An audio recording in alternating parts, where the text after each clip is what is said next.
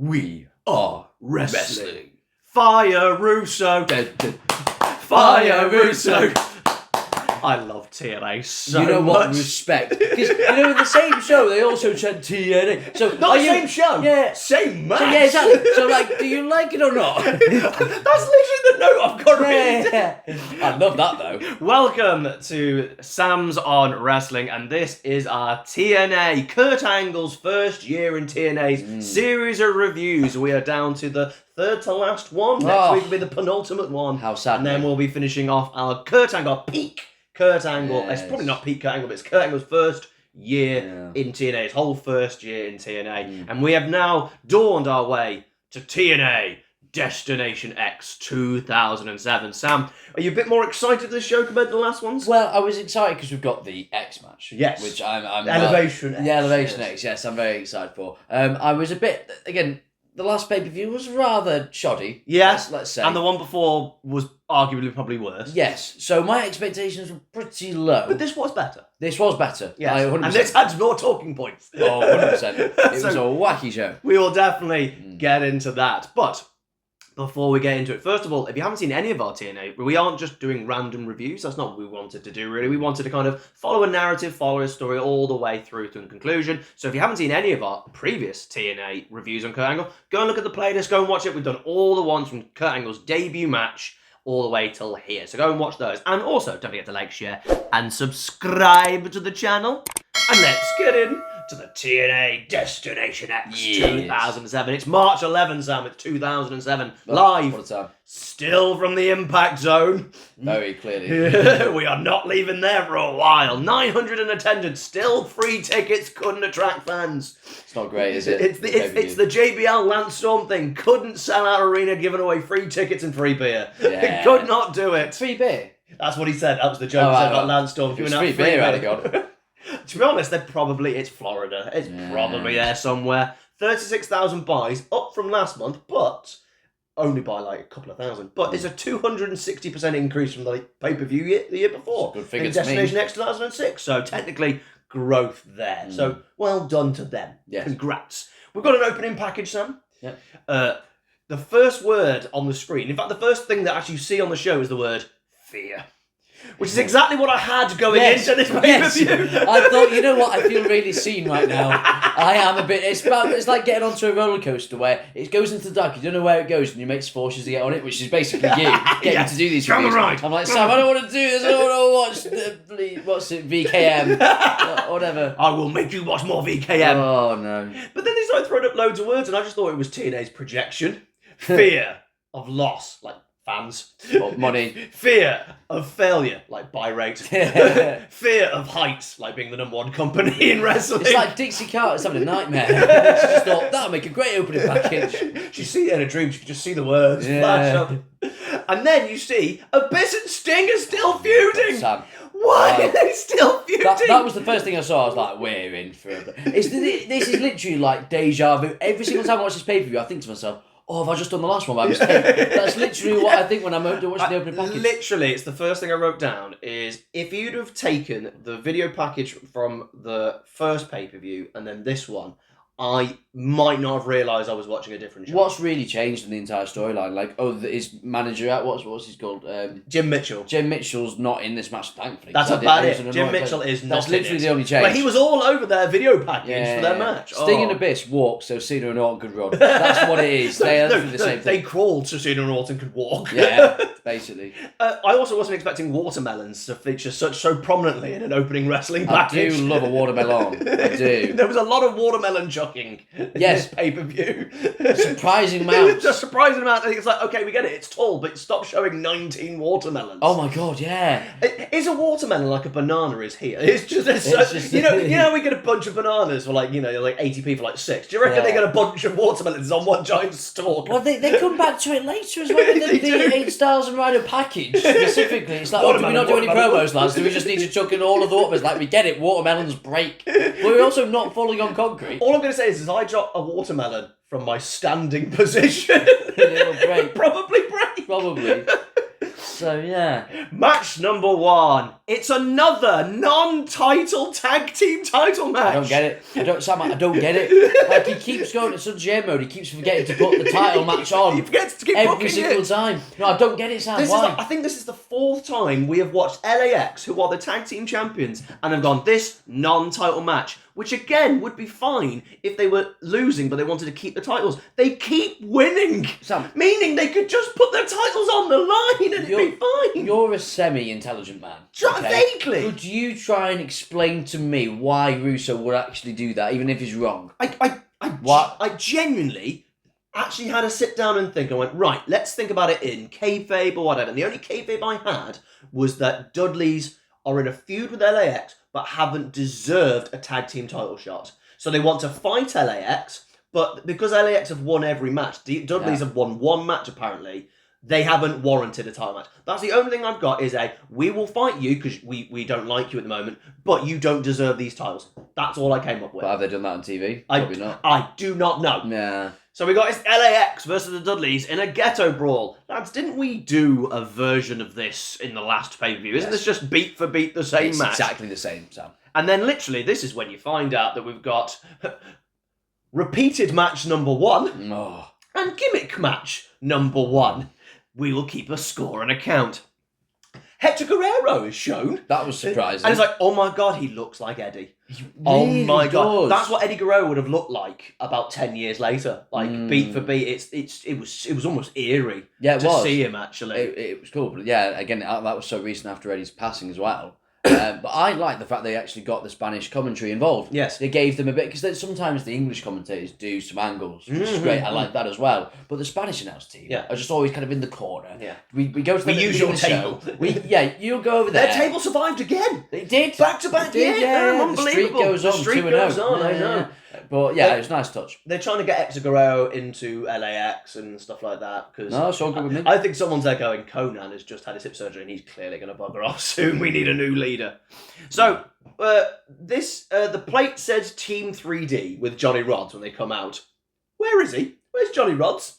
There was no Johnny Rods. He's not with them. No. Thanks for giving away who's going to rock up later, lads. Come on, production team. Yeah. It's not... Oh, Sam, the production team on this paper. They've had a mess. Oh, Sam. They had a mess. Sam, the camera, we'll get to it. Oh, the camera we will. stuff. Oh, my word. So, Sam... I didn't see half of this pay-per-view. I'm going to ask this a few times, but in different ways, okay? And the question is, what's a ghetto brawl? How do you win a ghetto brawl? Oh, this is like when you put the stipulation match into the lot box. This is another one, isn't it? A ghetto brawl. How do you win a ghetto brawl? So first of all, it's no DQ. But then you find out that you have to put your opponent through a table and then pin them. Famously, that's how you win a fight in the ghetto. yeah, exactly. If the table doesn't break in the ghetto, what are you going for the pin for? That's what Elvis sang about. In the ghetto, through the table. It works. Oh, this is the same match. I'm sorry, this is the same match they had on the last pay-per-view. Yes. All right, that is ridiculous. With all of the random jabronis interfering as well. Yeah. So they've just done the same thing as well. Thing. What makes it look different? Apparently 4 trash cans and cardboard. That's what makes it different. That's incredible. Oh. So the commentators, the Dudleys are the most decorated tag team, but they won't be complete until they win the TNA tag title. Well, they won't win it because they won't put it on the bloody line. Exactly. It doesn't matter, does it? They won't win it. They're going to win it 3 or 4 times by now. What I will say about this is the crowd is actually really hot for this. They are up for this match. And I'd just like to note this because let's see where they get to later on in the show. I think they might change. But as of right now, the crowd seem quite happy. They really do. Seem up for things. Yeah. And the crowd are so up for things that Dudleys decide, I don't want to do any wrestling. No. Let's have a little walk through the crowd. Have a little walk through the crowd. And then at one point, fake plants start throwing punches I was going to say this. on Hernandez. And I'm like, in Florida? Are you idiot? Like, with these rabid fans. Essentially, this is as close as you're going to get to the ECW fans on a TV set. Yeah. I was like, wouldn't the non-people go, I can throw a dig to Hernandez? Yeah, because we've got license to now. How's that going to go? That was so stupid. Well, there's this absolute weapon behind Bubba Ray Dudley, like, doing this shadow box and doesn't touch him at all. Yeah, and he's going, look at me. I'm like, what are you doing, you pleb? He has never whiffed a punch more in his life. No, because he thought he was going to do it, and then he got about there, and he's like, nah, I'm not going to do it. Can you not just do a dig? Can you not just do a Oh, would you? Maybe go What, behind. kid liver punch? No, but behind where camera can't see you're not doing anything. Right. But you're there going...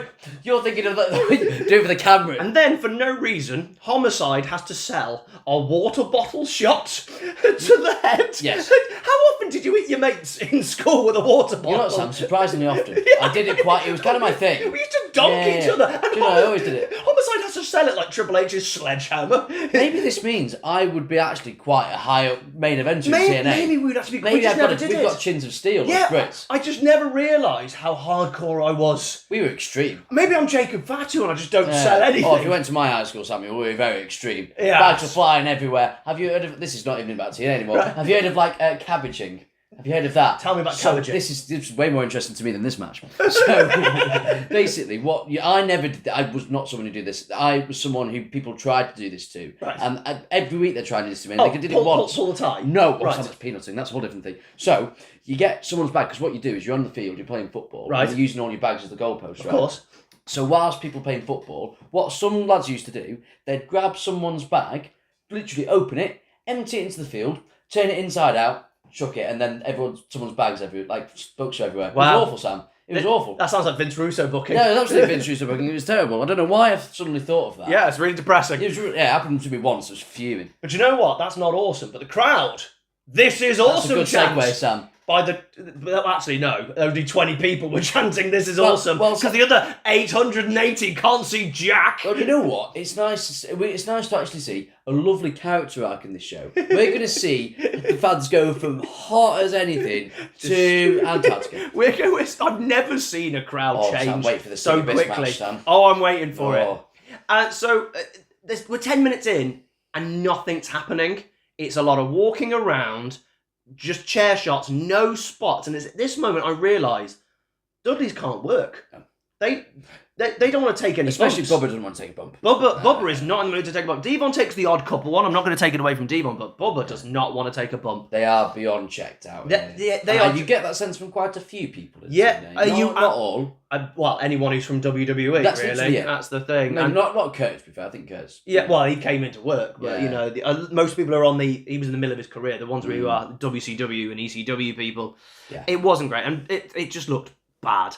But we do get a cool spot after like 10 minutes of walk and brawl as Homicide is in the corner, and he athletically, sitting down, flips himself onto the top rope, which is amazing for a big man. Oh yeah. But then was immediately negated by the fact that he waited an ice age, because the next spot is Bubba hitting him with a trash can. Yeah. Like, And he waits. he froze. He got up, flipped, bang with the head. And I get that Bubba's late, ultimately. Yeah. It is Bubba's fault. It's all Bubba's but fault. As a wrestler, you got to cover that. Yeah. You got to make yourself look like you're getting up to the top rope and you're steadying yourself, or sell something and wait for it. Or prepare to jump. Yeah, anything. stuff like that. Anything. It's little stuff like that I think just it hurts your sense of suspension of disbelief. Doesn't The it? psychology. It separates your big guys from the little guys. Kurt Yeah. Angle used to go to the top rope, and he knew that he had to waste a bit of time. Just feel the leg a little bit, It's very, very simple. But after we've had this, Bubba and Devon mid-match start drinking some beer. I quite enjoyed that. I was like, you know what? Let's have a good time. But the problem is, Sam, what does that mean when someone starts doing things like drinking beer in the middle of a match? Means they're probably going to lose. Because they're getting their celebration in early. It's like any time Too Cool would do their dance break spot in the middle of the match, it's like, not doing it at the end of the match then, are you? You're not going to do it now twice. to give it to the live crowd, but you're not getting it at the end because you're not- going to get gored or something. Yeah, exactly. So, but anyway, it doesn't matter. They can't celebrate for too long because 45 seconds in, the Latino Nation turn up. The entire nation of 10 Latino. blokes, masked blokes in balaclavas, bandanas who no one knows, just come in to start doing some beating up of the Dudleys. TNA security really isn't a thing, is it? Where were they the entire time? Why not just start Do with they them? have passes? Were they just part of LAX's entourage? And because boxing, they have a big entourage and they're allowed in, or is this just they've just gone through the front door? Do you reckon they were cleaning like LAX's dressing room and they've gone, well, maybe we need to help these lads out? Yeah, literally. Who knows at this point? But then we get Johnny Rods turns up. No, Brock Lesnar in disguise, Sam. the pensioner, the man with the bus pass, is Kane from 2000. comes in, this old bald bloke, who apparently is Devon's mentor, as if that matters, comes up and beats up 15 Latino Nation members on his own. Well, he's doing all these jazzy kicks, and I'm like, well, if he's Devon's mentor, Devon doesn't do any of that. What's he taught Devon? Has Devon ever thrown a kick? No, do you reckon he's like, Devon, I've taught you everything that you know, but not everything that I know. I've held the jazzy kicks. I've kept the jazzy kicks for myself. Oh, and aren't they jazzy? Oh, they're so jazzy. In between is too jazzy? Too jazzy? A little bit too jazzy. A little bit jazzy. Yeah. He destroys these lads, these young, and it's because you all attack one by one. It's like when you watch Kill Bill, and I know she's got a katana, and I know she's great with a katana, but there was like 50 of you. If all of you, or even 10 of you had gone, let's just rush her, some of you might get a jab in. I'm just saying. Yeah, you just all swarm this old man. And then they do swarm him, and then succeed. Yeah. And you're like, oh, well, I'm glad we did that then. Yeah. And then, oh, hang on, Devon's brothers from Brooklyn turn up.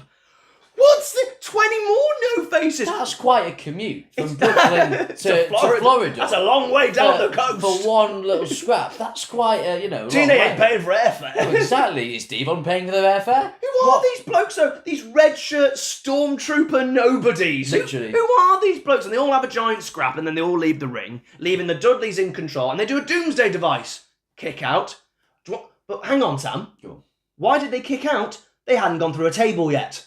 Oh, so correct, Sam. The rule is they meant to go through a table first. So the ref shouldn't even counter the pin. No, but they kicked out anyway. Screw you, LOD. And then 3D by Devon goes for the pin, but not for another 20 minutes first, because I need to look around to make sure that the person who's going to pull the ref out is literally in position.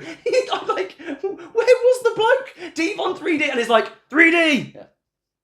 And can we also talk about when the ref does start counting the pin? He is back in Brooklyn. That's how far away he's counting the pin. He made it so obvious he was going to be pulled out. So obvious, Sam. He clearly couldn't see. Well, how could he actually see his shoulders down? I've got a theory. He's clearly long-sighted.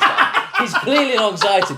He literally, because he can't see the pin from 2 seconds away. Oh no, my God, he is literally, he can see it from about 50 yards away in the next town. That explains why they miss things like feet on the rope and tights being pulled. Oh, that's it now. That's it. I've decided, yep. That's it. All if refs. they were on the other side of the ring, they can see it. They can see the bacteria on their skin. All refs alongside it. That's it. That's the gimmick now. There's got to be, because why would you go for that power? You know, like on the 2K games or the SmackDown vs. Raw games, the ref would count wherever he is. You'd be on this side of the ring, and the ref is just turning around, counting over here because the game's. That's what it was. My favourite is when you do an Anywhere Falls match, and you're on top of the ramp. Yeah. And he's staying in the ring, he ain't following. He's looking, just eyeballing the mat as he just one. He can just sense as you're on top of the fist. He can just sense it. He knows.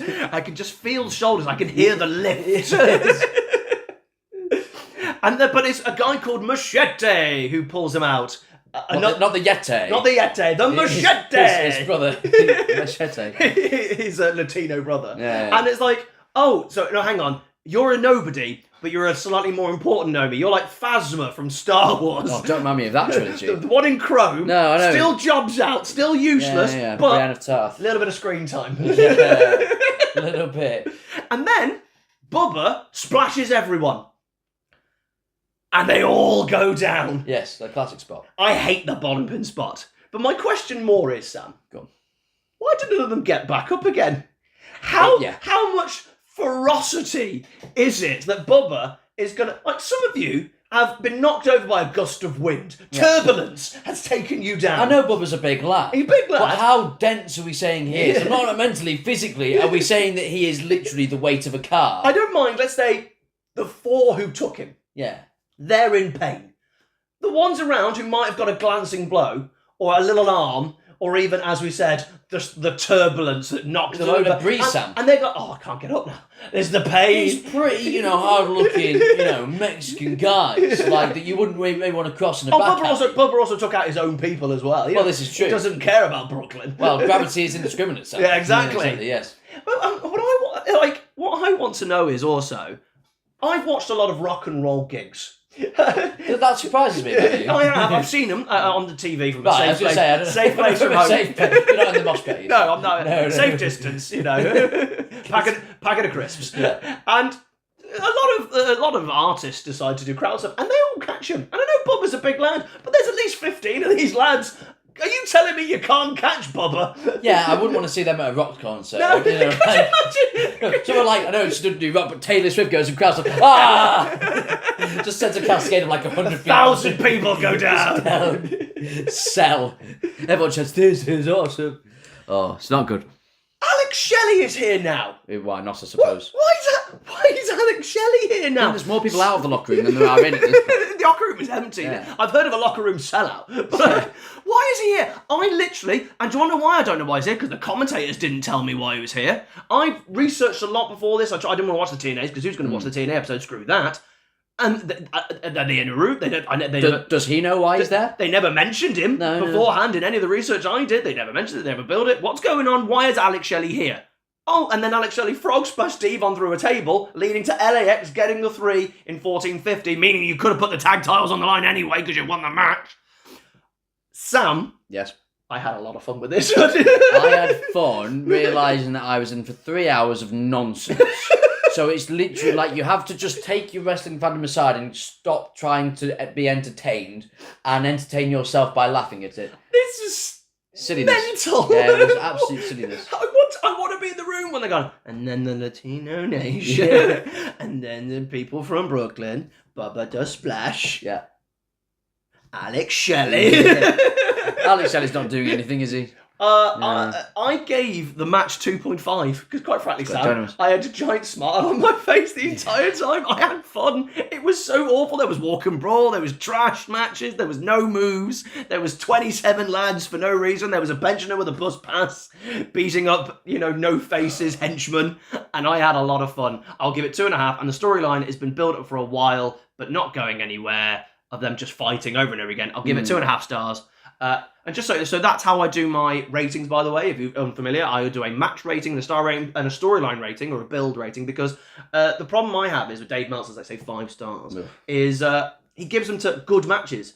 And I'm like, but what's the storyline? And I don't believe a match can be 5 stars if it doesn't have the story, because wrestling is about story. It's about the thing. If it's just about the in-ring work, and that's all it is, solely that... Well, then Lance Storm was the best wrestler there. Yeah, exactly. And it's boring. And I'm like, there are matches which are Rock Hogan, which is brilliant, but technically it's terrible. And he rated that so badly, and I'm like, well, I would rate it really highly because it has so much going for it compared to, let's say, Will Ospreay versus like Tanahashi on a random Dynamite having an amazing flippity-doo match. But I'm like, but why are we having the match? It's great to look at, but does that mean it's 5 stars? No. Makes no sense. You telling me that a random match on Dynamite is going to be 5 stars more than a WrestleMania match? Yeah. Makes no sense. Ultimately, if you want to know if a match is good, just look at the crowd. Yeah, that's literally it, because that's the job of a wrestling match, to get them over. And we also just put way too much stock in one lad's opinion. But put stock in mine, because I take everything into consideration. Yeah.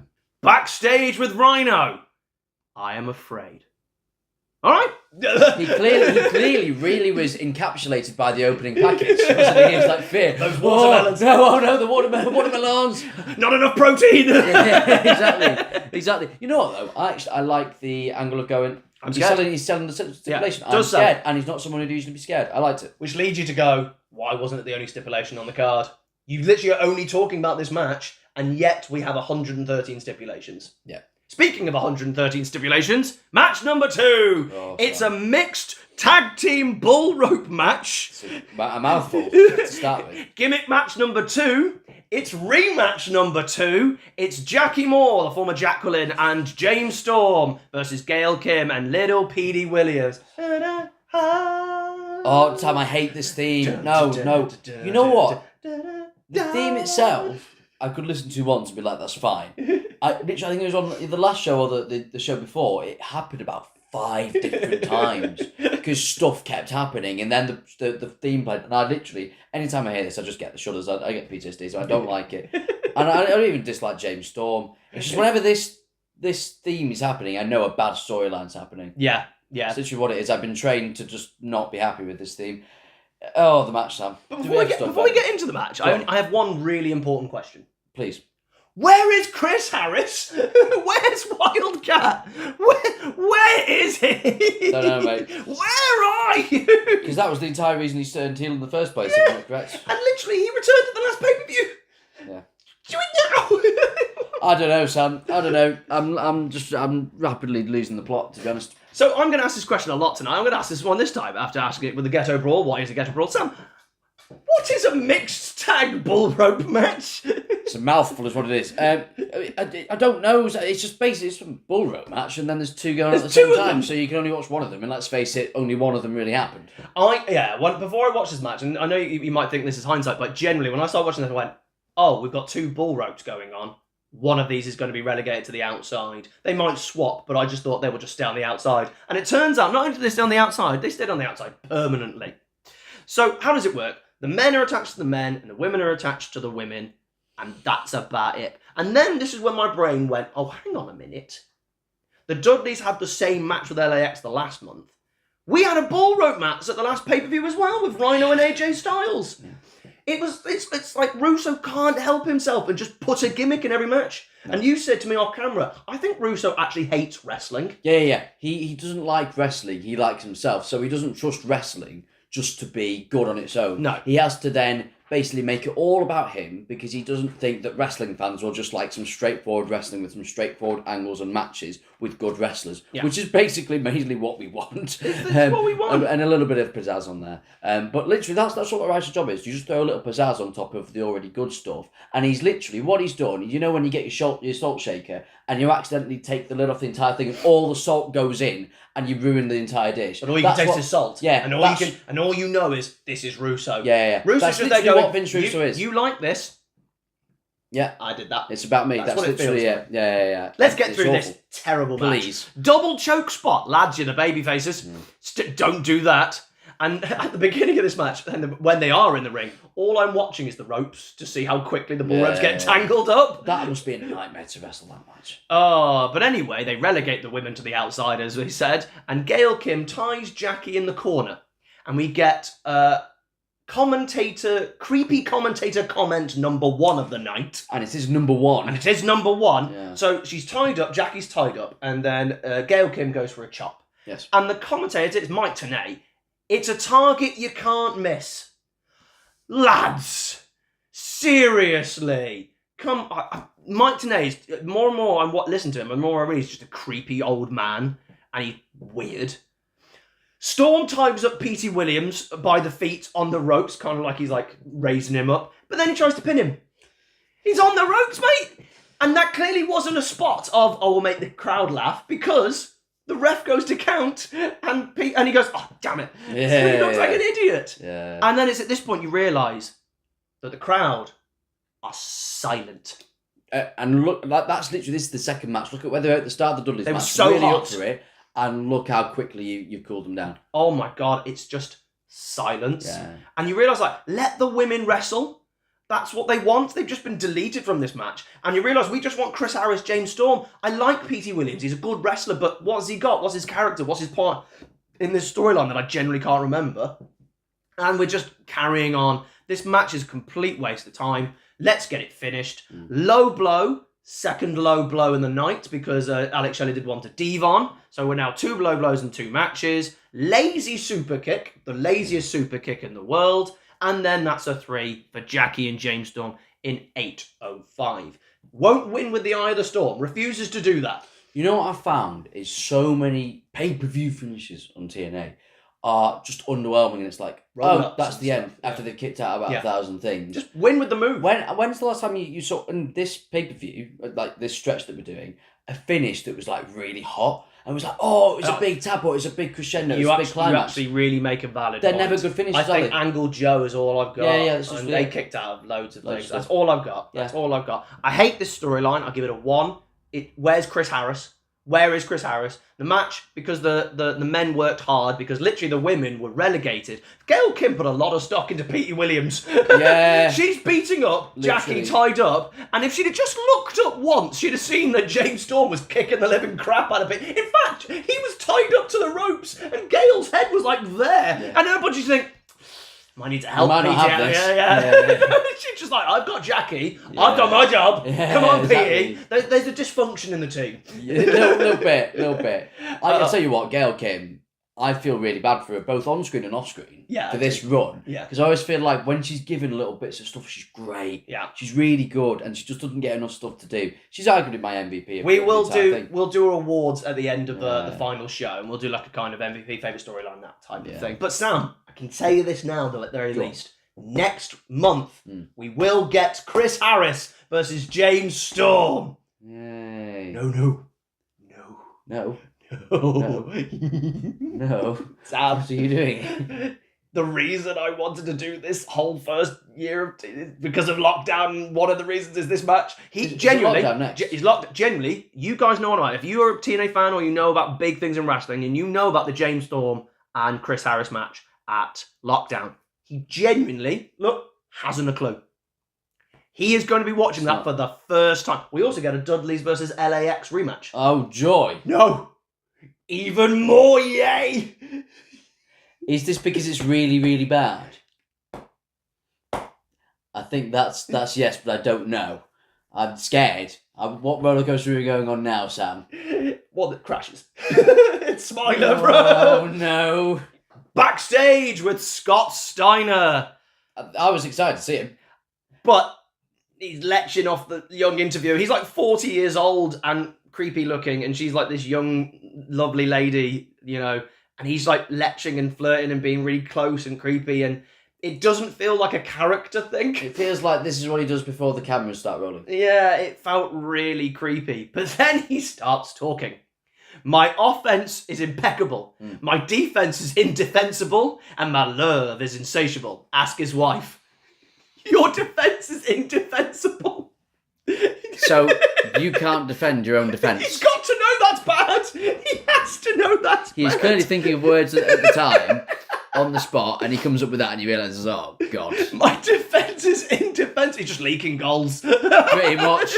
No wonder you keep losing, Scott. You can't defend yourself. Apparently. And then his love is insatiable. Why is he including that in the match? What's he going to do? Offense and defense. We're finding out that your offense and defense is this. Okay, fair enough. And then the love is what are you going to do to Angle? I know, what's your plan? Was it his prison rules? What are you going to do? Absolutely. But then Christian comes running, all panicked. I like this. And he's like, I need your help. I've got no Tomko. He's off business in Japan. Do you know what he was doing? What's he doing?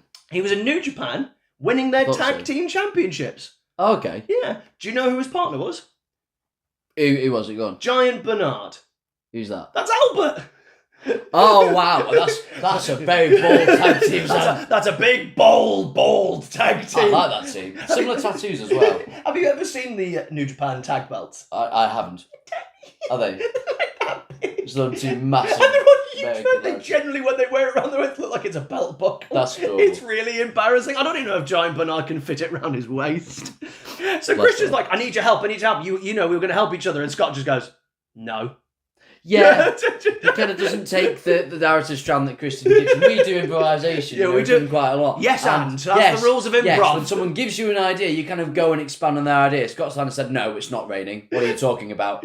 What this reminds me of is, right, this genuine true story. Ellie Mae is a very good improviser, as she's great. Great improviser. She was in an improvise class, and she was told that your scenario is you're a doctor, and she went, hello patient, what seems to be the matter? And the person went, I've swallowed Mars. I've swallowed Mars. And that's what I think of this TNA booking. I've swallowed Mars. What are you meant to do with that? That is quite the issue. That's not a yes and. I know. I mean, you could try and save it and go, it's a Mars bar. I don't know. No. The planet Mars. Planet Mars. That is quite the gullet you have. I don't know why you're meant to go with that. And every time I think of TNA, they start doing improv. That's what I think of. Swallowed Mars. So Steiner tells him to bugger off, and Christian goes, oh, I've got an idea, and then kidnaps this interviewer. She's having a rough time. Yeah. She's having a really, really rough time. Yeah, she really is. Speaking of rough time, match number 3. God, no. It's the cross-face chicken win match. It's Senshi versus Austin Starr. It's gimmick match number 3. It's rematch number 3. You say gimmick match, Sam. This might. I didn't know this match existed as a match type. Yeah, surprisingly. Of course. I was going to ask you, Sam. Like a ghetto brawl and like a Texas bull rope mixed match tag match.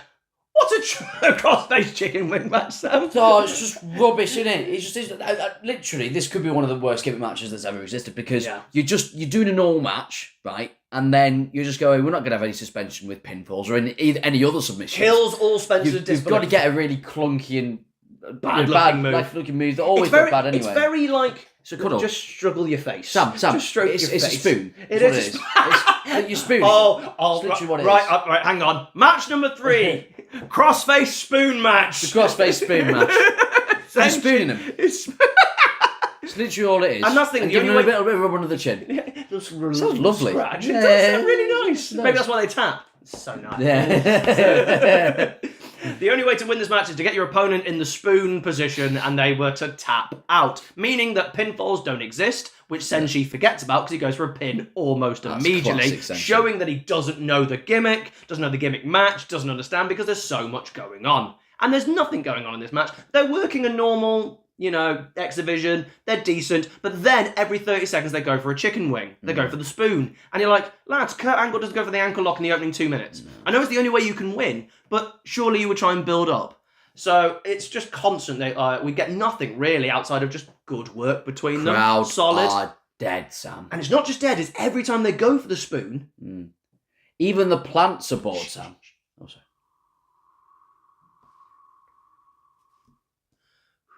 It's like they were having a conversation and they openly stopped talking when there was a spoon going on. It was like, oh yeah, I'm going to go get some bread and milk it.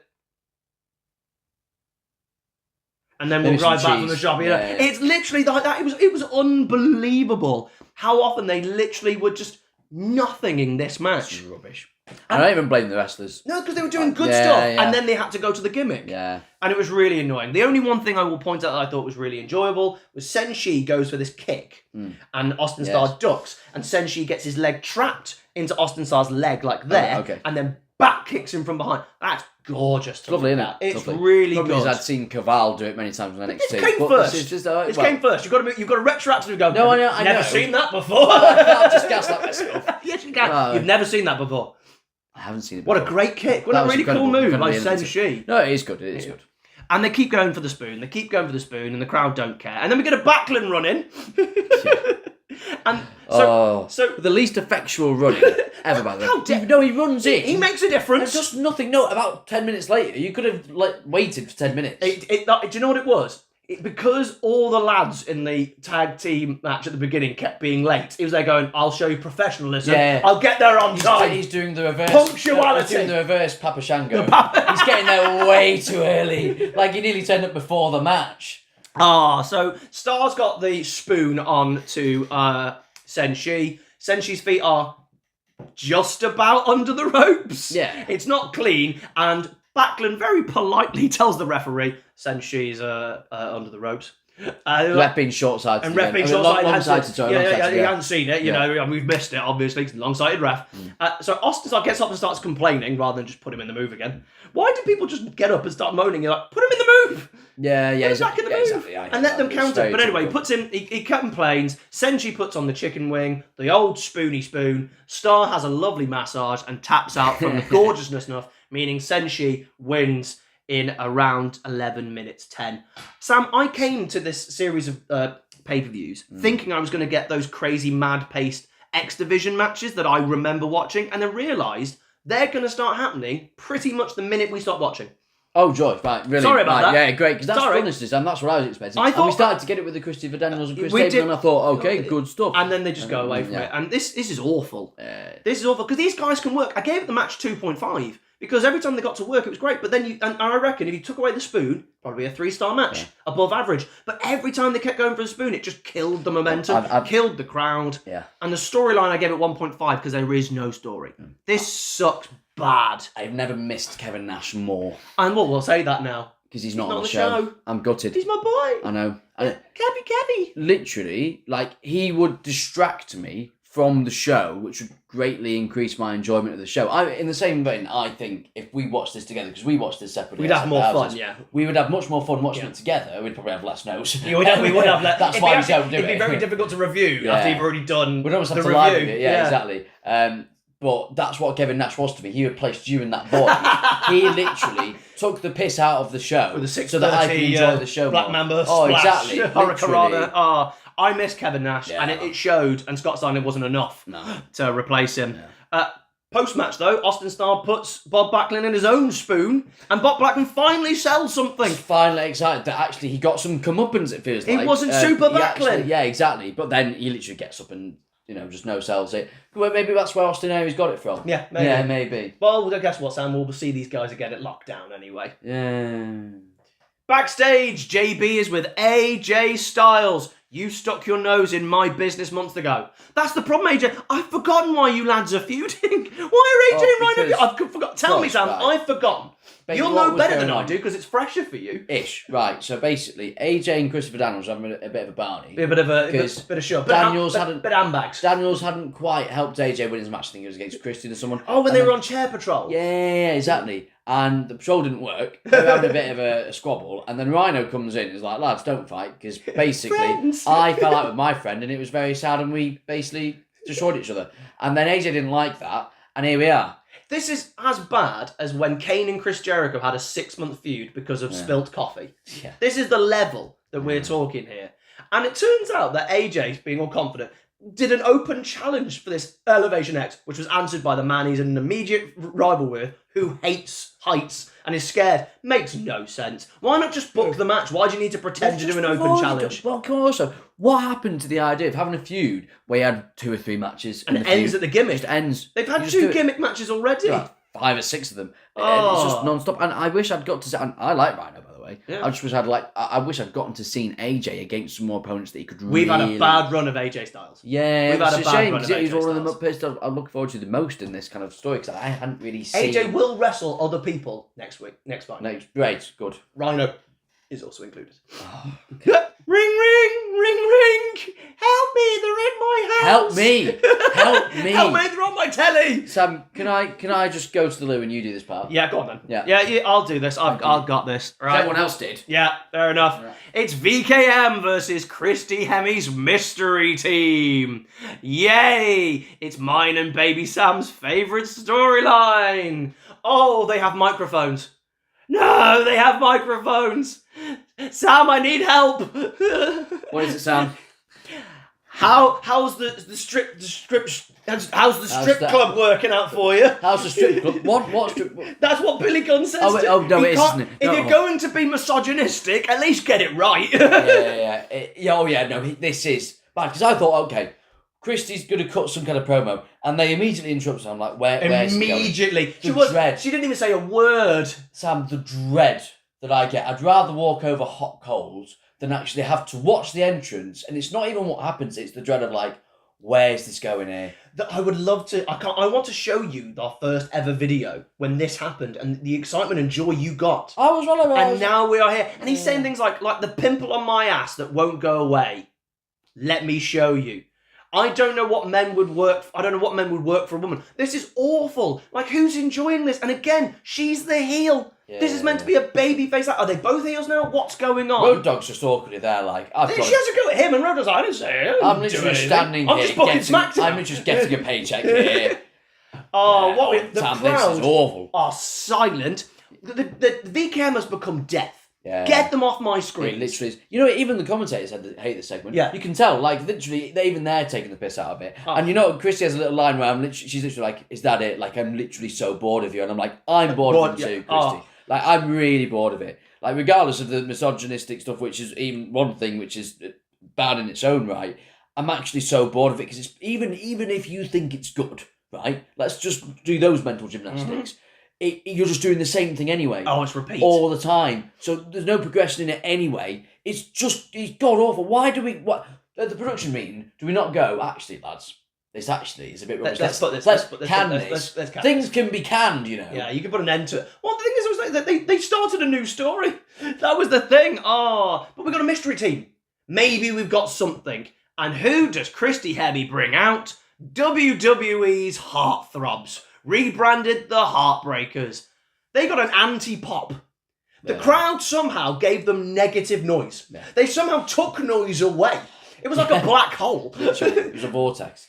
Oh, and they've also been to the steroid shop. Oh, wow. Oh, haven't they? It's apparent, isn't it? They bought that shop out. Yeah. Oh, there's no more wellness testing going on over here, is there? Also, I did some research on the back of this as well. Yeah. Wasn't this their only ever TNA appearance? Debut, and finish. Yeah. You're debuting jobbers who no one's... So either they have never How heard do you of them... expect this to work? They've either never heard of them, because who are they? Because they were wrestled on Heat in WWE or losing in 18 seconds to Kane in a handicap. Or you don't know... You know who they are and they go, oh, there's these dicks.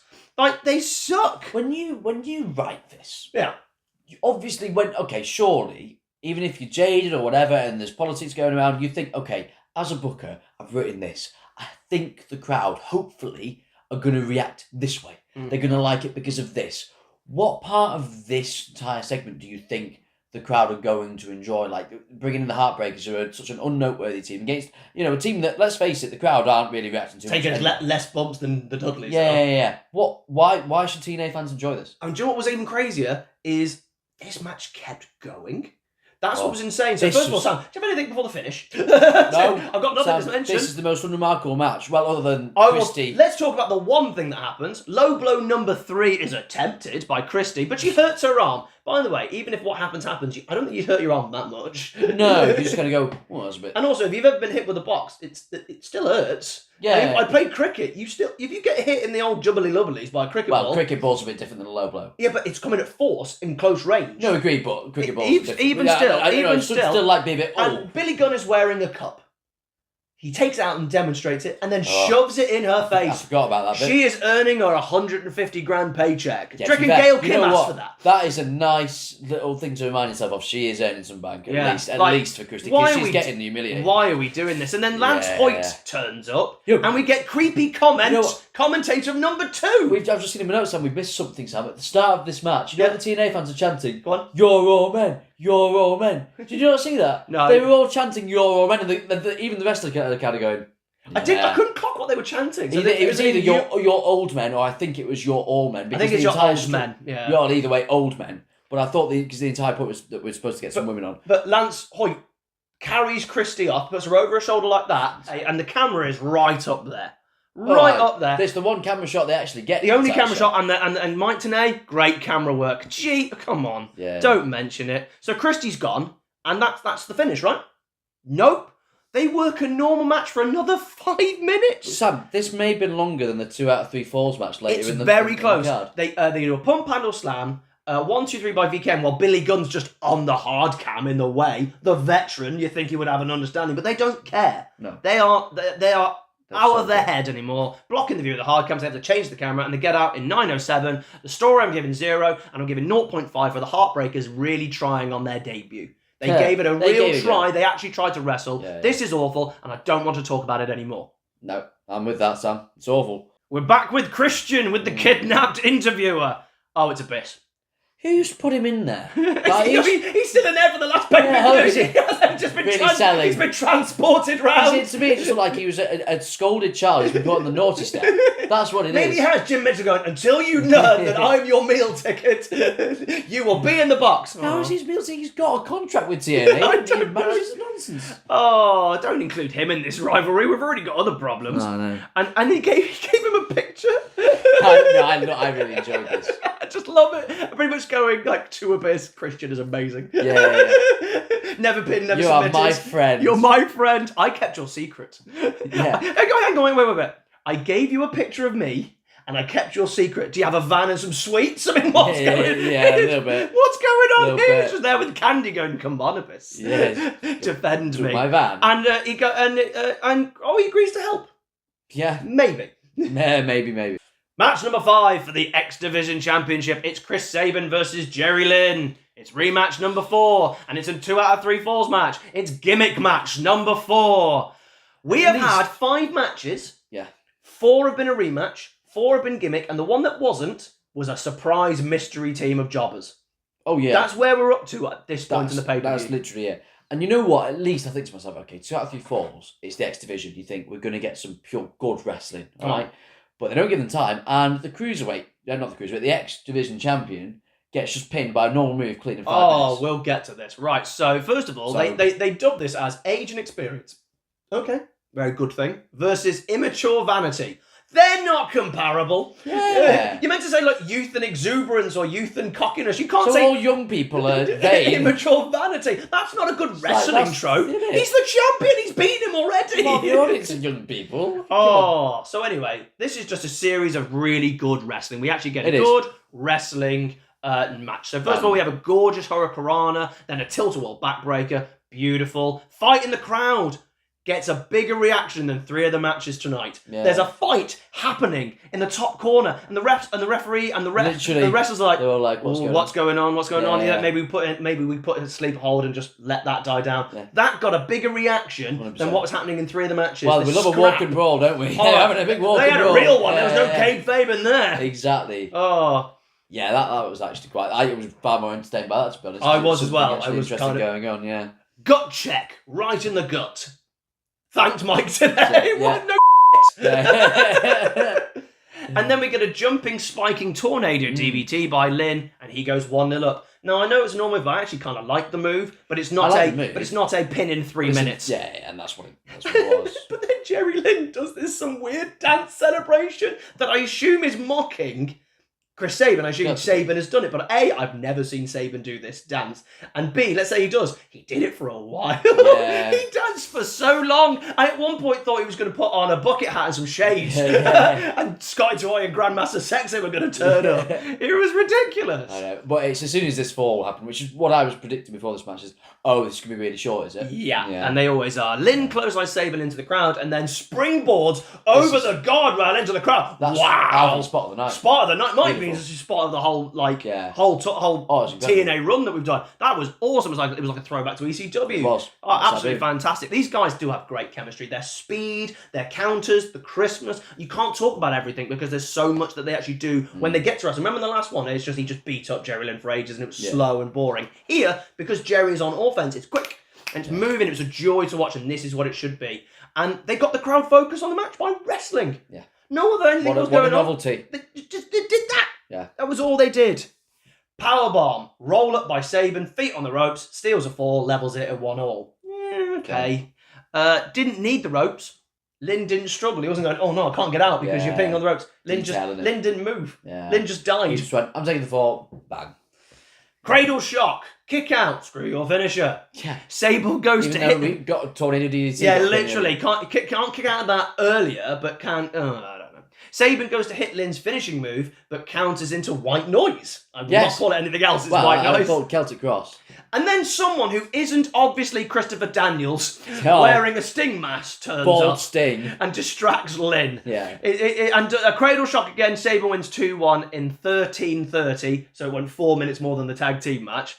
Yeah. And then the Daniels-looking man hits the winged angels, very similar to a Christopher Daniels. And then he takes his mask. Holy crap, it's Christopher Daniels! Why did he wear a Sting mask? I don't know. What did Sting do? Was he just, oh God, I forgot to bring a mask. Go to the shop. It was a joke they used to do in TNA all the time. No, if you appeared, you wore a Sting mask. Sting once wore a Sting mask to attack. No, I like that. He was in the crowd in a Sting mask. No, I've seen this like a Sting mask. It's great. I like that. It's great. But I sat in this and I was like, can't someone win clean? Yeah, that's why can't they win clean? Does Jerry Lynn really need to be protected? Yeah. Couldn't Sabin have just won? Did he have to, even with a little bit of cheating? Could he not just win? He's got a bit of underhand tactics, but the finish is clean. I think that works. Why does Chris? Where has he been anyway? Oh, he lost a couple of matches. He's got to find himself again, and he beats up Jerry Lynn and he attacks him. I was just like, this match was really good and entertaining, and then it just crashed down. That's TNA in a nutshell, though. It really is at this point. Oh, it is. But Christopher Daniels got a new character. So maybe we've got some new Christopher Daniels stuff. Hopefully we get some Christopher Daniels in the next 2 pay-per-views. I gave the match 3.5 stars. I really enjoyed the match. It could have been 4 if they had a finish and a big crescendo to the end, but it just ended. Yeah. I think 3.5 might be generous, but I enjoyed it so much. It was a normal match. I was having fun, and I realised, like, oh my God, I meant to watch wrestling, and the gimmick match is meant to be a breather or a break or something different. Yeah. The storyline 2.5, the age versus inexperience thing is now a bit basic, and it's washed. It's lost. It's lost its mojo. Yeah. Jim Cornette promo. Where's he been? I would have thought that we would have had, being the fact that essentially this is their TV show, because they only have an hour of TV at the moment, that we would have got more Jim Cornette on TNA pay-per-view. Yeah, he was on the last one, wasn't he? He's always doing something with Christy. We've seen him twice. He mediated the celebrity thing. Yeah. And he got involved with the LAX saying you strip you of the titles and all that, and then never stripped him of the titles. So, what is the point? This is it's a bit of a mess segment. I always go with Jim Cornette. It's going to be interesting. It's probably going to be bad. Oh, it's bad. And he thinks he's incredibly original for inventing a coffin match. We will. Oh yeah, but Has he remarks on that? Yeah, he does. But he also has a huge announcement for Lockdown. It's Lethal Lockdown. It's the thing we do every year anyway. It's War Games, but for TNA. Right. They announce it every year, and it's not a huge announcement. We had it the year before. So. Well, it's one of those. He's just getting people to watch the TV show and not deliver. And we get Christy Hemme again. I know. Yay! Yay. And she comes up with a riding crop. I don't know why she's got a riding crop because we need more of this on the show. Yes. She says nothing. No. And then Cornette says, "If you don't like your job," which she never said. She says, "I want these guys punished. I have a secretary spot. You can take dictation." Yeah. Yeah. I'm going to have to take Ellie Mae out for dinner again. Ellie Mae's doing quite well out of this series. Ellie Mae literally has never been treated so well before. And I was a really good boyfriend, but now I feel like I have to be an excellent boyfriend. And she's there going, "I'm loving all these lovely dates you get to take." Yeah, it's like, what have you done? It's like, no, what has Jim Cornette done? I feel dirty from second-hand dirt from Billy Gunn and Road Dogg and Jim Cornette and Mike Tenay, and I feel dirty. Yeah. Match number 6. Hey. It's Elevation X. It's Rhino versus AJ Styles. It's rematch number 5. It's gimmick match number 5. 5 out of 6. Yeah. Sam, I've asked this with the other 3 gimmicks. How do you win an Elevation X match? You don't elevate. You reverse elevate. You grab it. Yes, you gravitate. Yes, that's what it is. Oh, it's a scaffold match. You were making it seem like you were inventing something new. It's a scaffold match. But what you've actually done is made it easier than a scaffold match, because a scaffold match is usually just the straight line. You've given them more room. Yeah, but I don't mind that because it looks cool. It looks cool. It does. But I did think to myself, this match is basically Shane McMahon as a stipulation. It is the Shane literally not much of a muchness. You're waiting for the fall, or the jump. The way to win a scaffold match, or in this case the Elevation X match, is to shut up, Laurie. I will throw someone off you because you're the same height. Pretty much. Is you have to throw someone off the Elevation X onto the ground. And they showed the height and the danger by dropping fruit and 90s tellies. Yeah. Specifically, there's a big room of those. When that TV ad, you're like, can't watch that anymore. Yeah.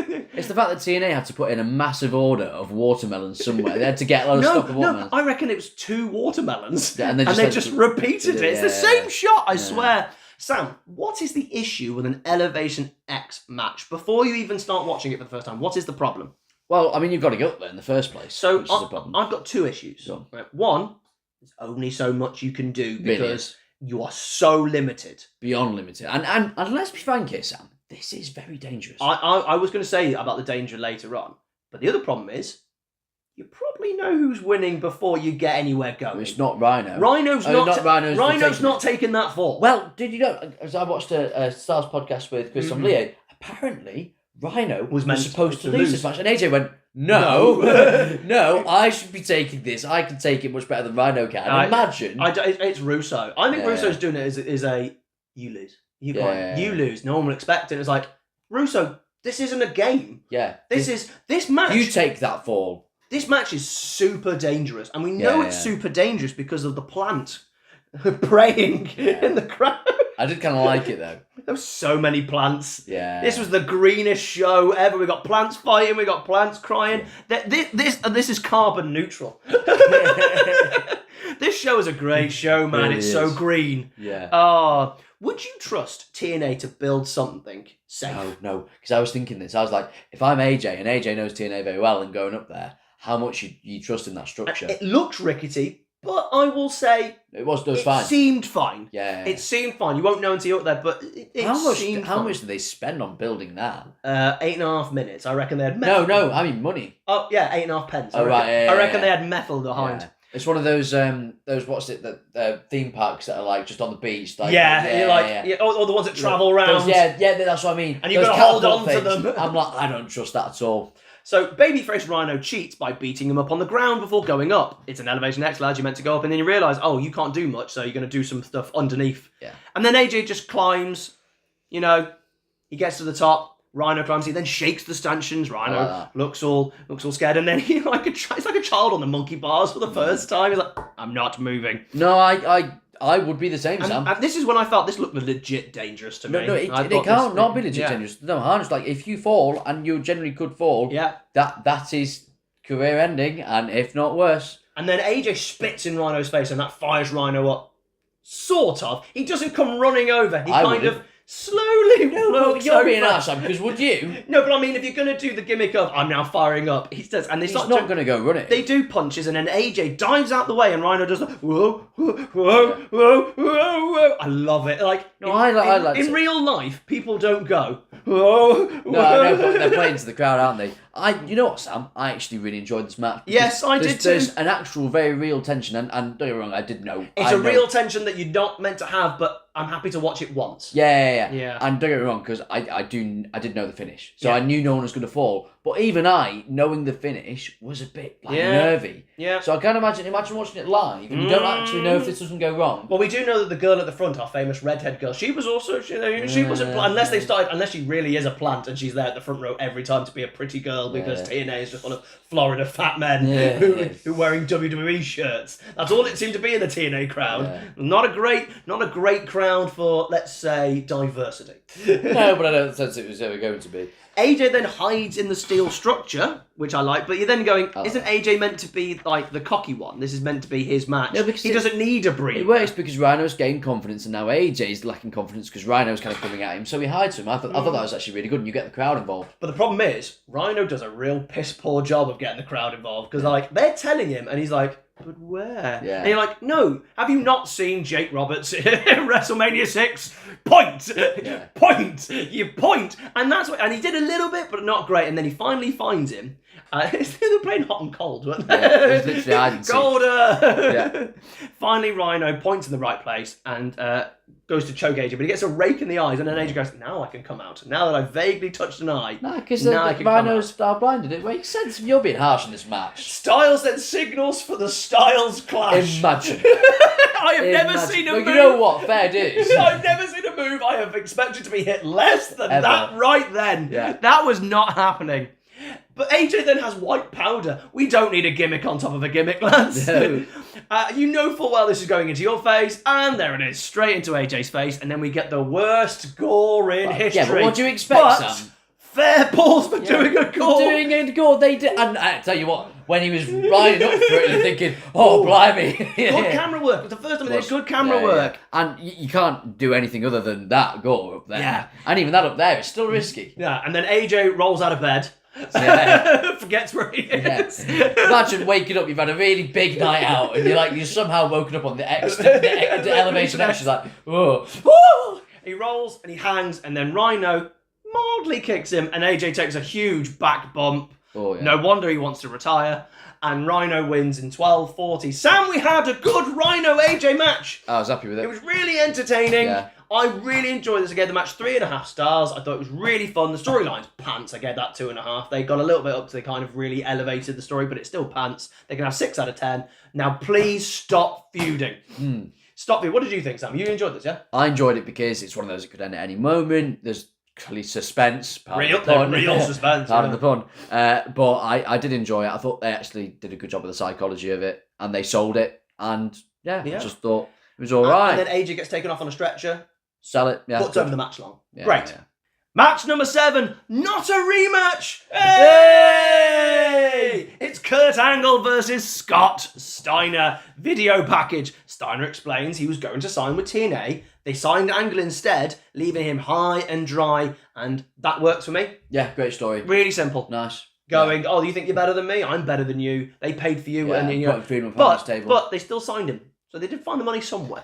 Maybe those buy rates for Kurt's pay-per-views are so good. If anything, Scott should be thanking Kurt. All the merch sales from VKM, clearly. Clearly, those $2. I would have loved to have watched peak Steiner from like 92 versus Angle like now, but we're getting the Steiner who's in the Samson Wrestling Hall of Fame. Yeah, I put in my match, and we'll get into the details of it, but it's an average match for Kurt and a very good match for Steiner, is what I thought. Kurt Angle cuts a very intense promo, just kind of recaps the video package. Doesn't really say much, but he does say, it's going to leave like a crime scene, and I'm going to leave my fingerprints all over it. Kurt, you don't want to do that, mate. Well, that court of law is really going to have you. You're saying he's going to have his fingerprints all over Steiner. This is getting way too sexual for me. I mean, well, Steiner's love is insatiable. Exactly. I don't know what we're about to see here. Maybe this will be the spooning match. So Steiner comes out with loads of ladies, who I'm assuming he's paid. It's in the Godfather's gimmick. Yeah, he really is. We get the Steiner pose, and then Angle headbutts him. The old Angle Joe headbutt, really good. Nice way to... And it opens Steiner up.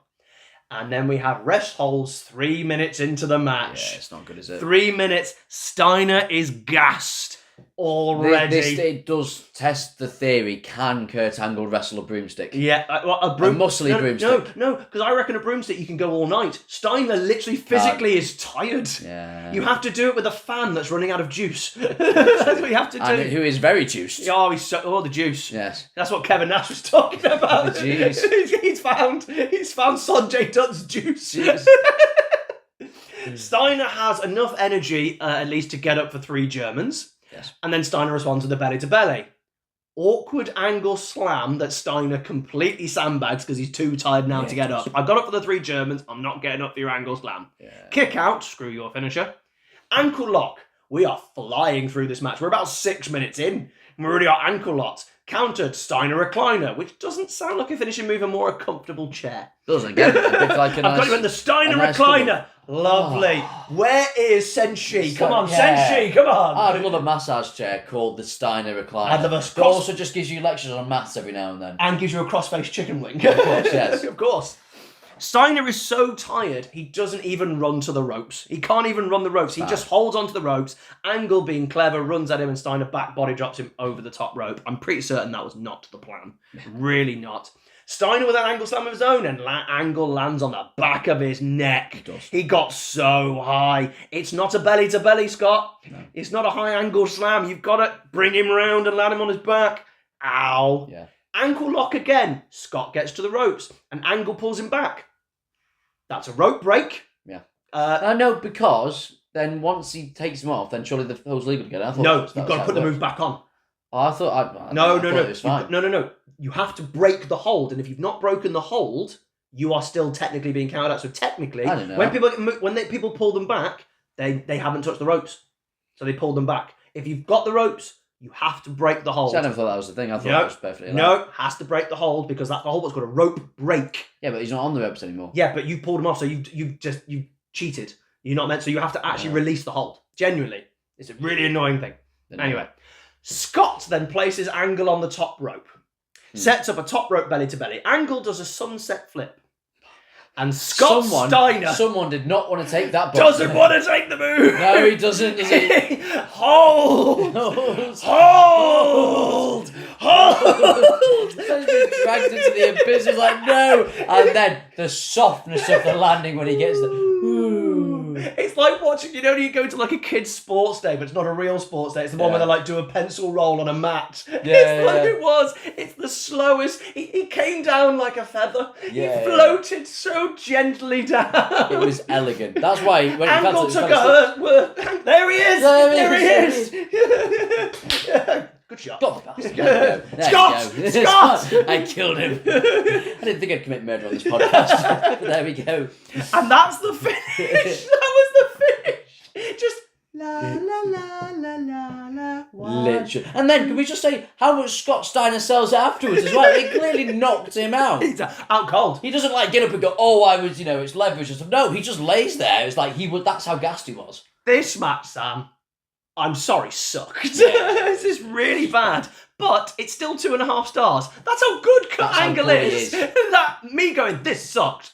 Average match, 2.5 stars. Story, I give it a 3. God bless Kurt. Good story, solid story. I give 5.5 stars. It's going to be Kurt Angle's worst match we're going to watch, I think. But la la la la la. Samoa Joe promo. Okay, right. He shouts a lot. But he doesn't shout all the time. No. He picks one word to shout. So he's like, I'm going to talk about getting the correct volume on my TV for this was a nightmare. But he picks really what to. If you decide, I will not be denied. I will not. And you're like, calm down. pick your words.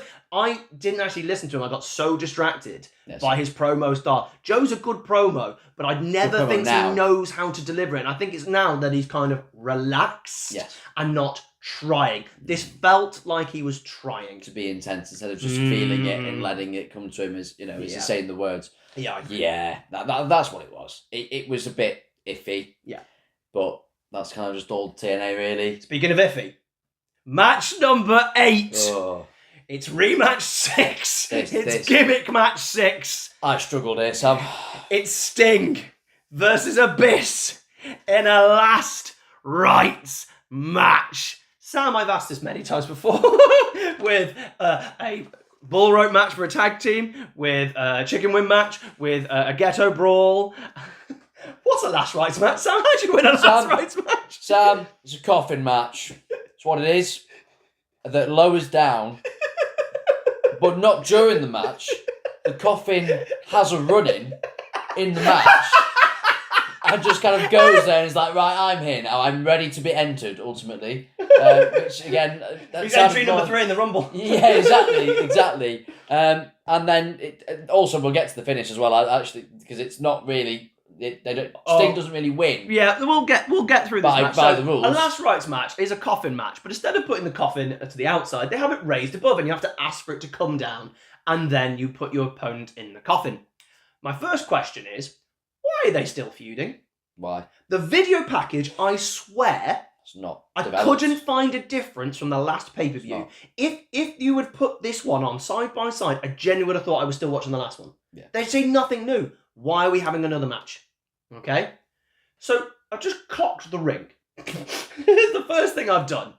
We've got polystyrene tombstones around the ring. And they're so polystyrene, They're Sam. so polystyrene. Oh. And plastic candelabras on every ring post. It looked like a scene from Beauty and the Beast. Yeah. Be a guest. Be a guest. We need Put a the small abyss clock. into the coffin.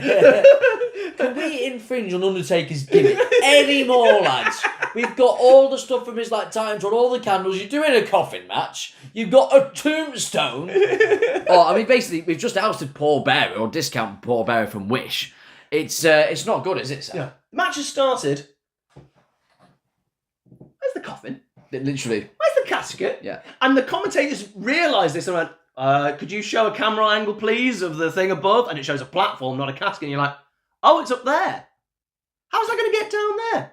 Stinger splash, smash in the face with a plastic candelabra. Oh, just because it's plastic doesn't mean it's not going to hurt. This split Sting wide open. This is not a blade job. I know. This is shoot. Sting has been Wow. smashed to pieces. Yeah. Oh my God. This Commentator said there's glass everywhere.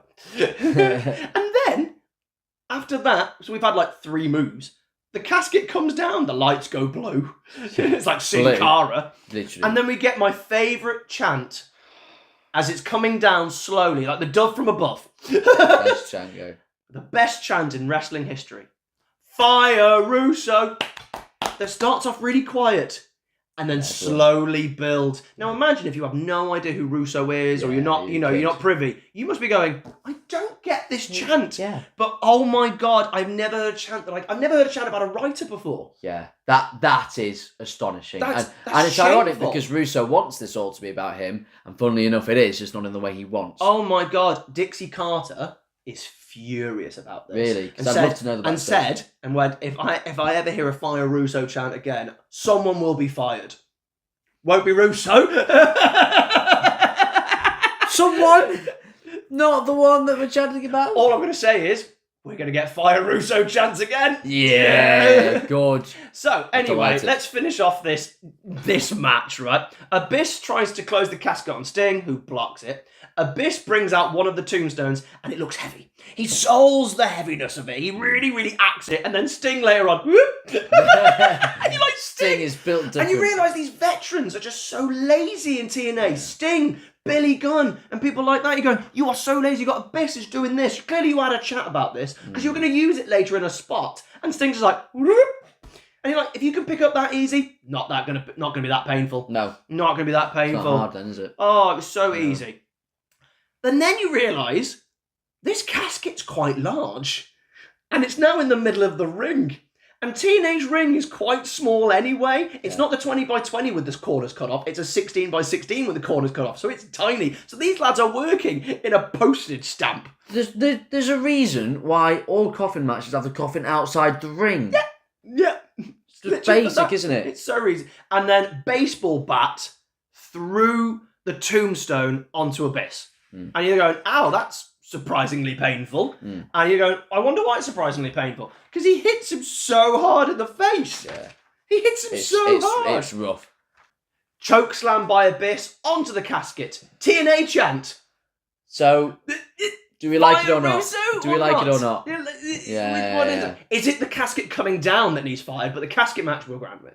I think, that in itself is fine. It's the fact that these two have been feuding for 20 centuries. Oh my god, it's been the entire run. They're feuding since the fall of the Rome. It's been the entire run. Yeah. I think we've watched every pay-per-view's had a Sting and Abyss. Oh, they've never been good. And then Heavyweight, brawl. This is our 5th one. Have we missed another one? There must be another one in there. So there must be. But anyway, Sting chokeslams Abyss. Abyss chokeslams Sting onto the coffin.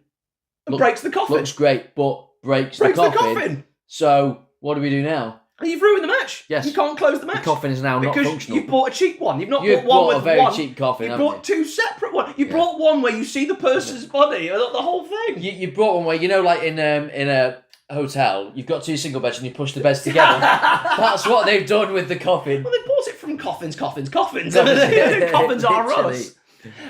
Anyway, so Abyss then makes a bridge with 2 chairs and the fake tombstone, but he who sets it up must go through it. Yes. And Sting goes, well, you hit me with a plastic candelabra, I'm going to hit you with a plastic candelabra. Yeah. Hit you with the plastic.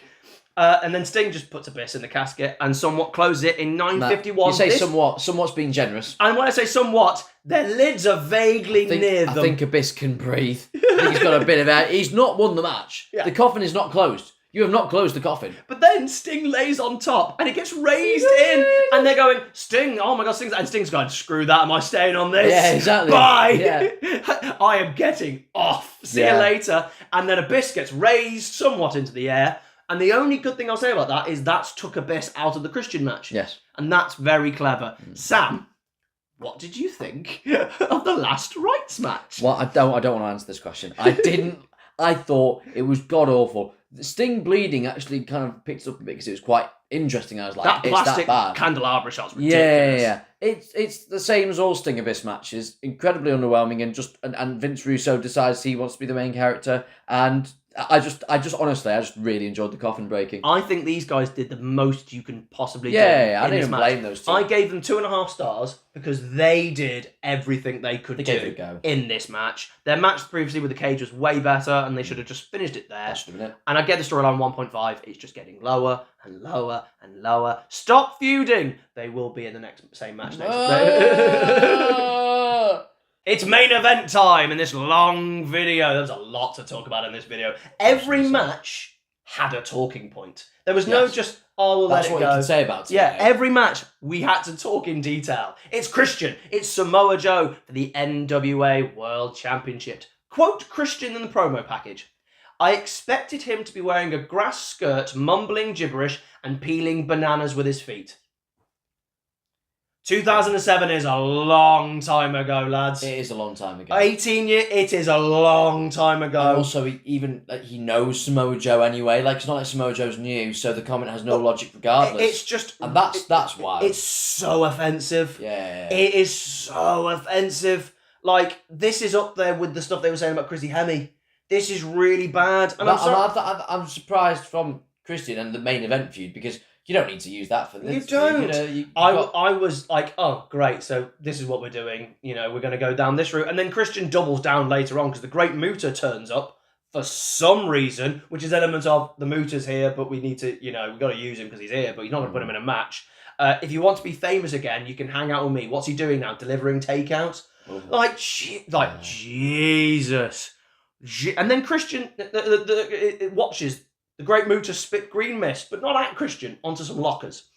Already kind of that coloured locker anyway. And you're like, that doesn't stop Christian. Just make Christian go, okay, you won't help me then. I'll leave. And you're like, do it on Christian. Yeah. Do it on Christian's jacket. If you don't want to hurt, if you don't want to affect him, do it on his jacket or something. And you're just like, That was weird. Yeah. And that was just before the main event And it's kicks like, off. it's Joe and Christian. Surely you could put together a decent half storyline for Samoa Joe and Christian in 2007, but no, we have to rely on this bollocks. Yeah, we do. It's awful. Joe gets like kind of special Polynesian entrance, which is really cool. I really liked it. Yeah, I really. Then he gets the streamers. Yes, I love the streamers. Yeah. I love it. And you're there going, Joe's so winning the title, right? He's clearly winning the title. No, because I went as TNA, and it's never going to be how you think. The match started. We got our favourite move. Christian goes to the top rope, and Joe just walks off. Oh, so it's my favourite move in wrestling. Love Joe then splats Christian on the floor. Ow! Yeah. The noise. Ow! We had a chance of Joe's gonna kill you. Joe was selling at the time in a rest hold. Yeah, but he's gonna get up in a minute. TNA fans chant at weird times. They really do.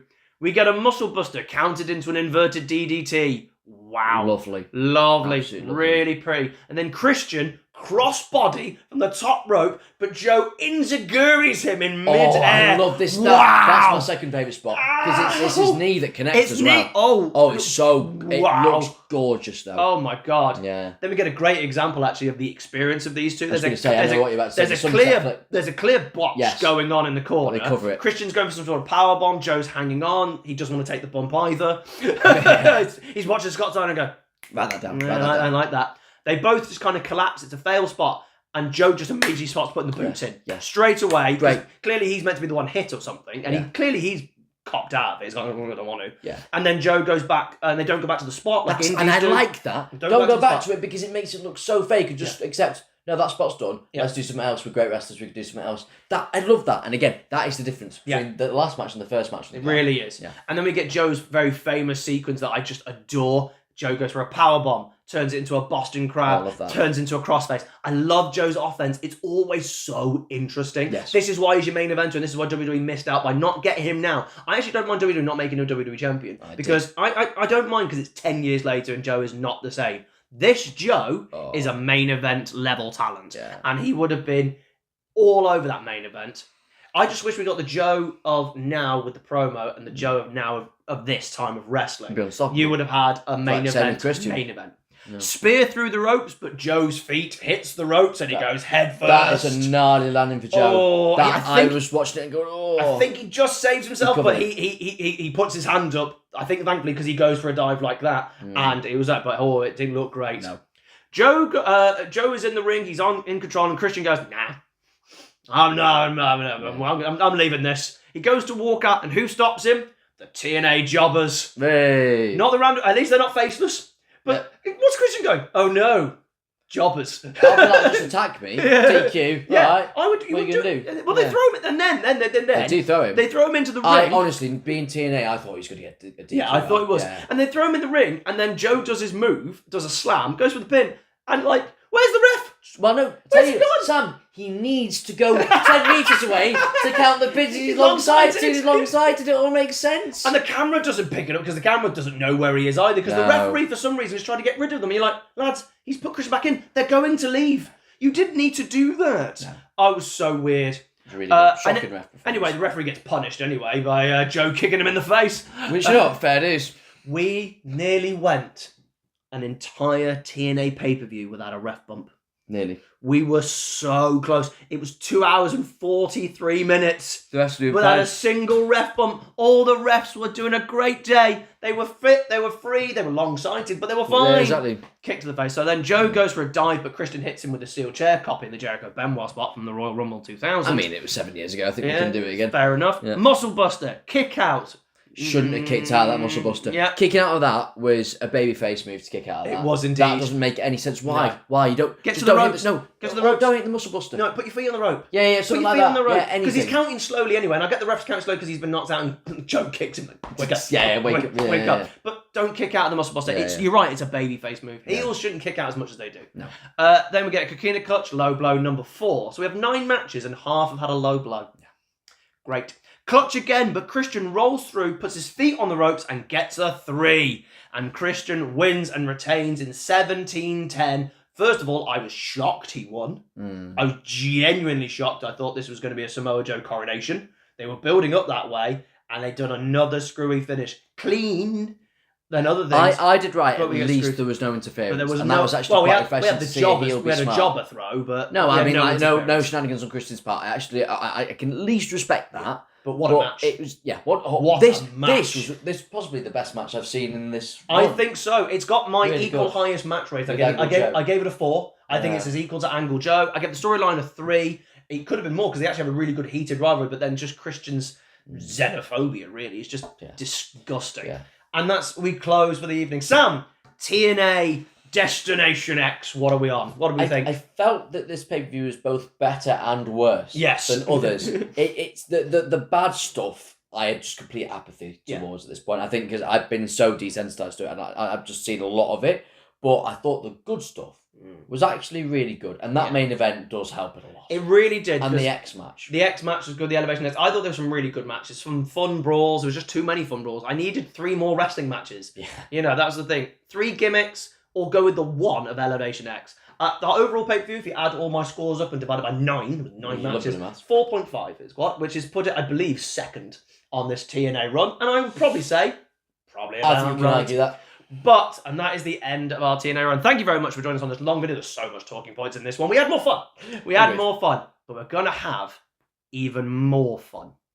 Because next month, we are doing TNA Lockdown 2007. And I cannot wait. You've really sold this to me now. The only should be reason I excited. wanted to do reviews is so I could review Lockdown 2007. Because I didn't want to just tell you about it.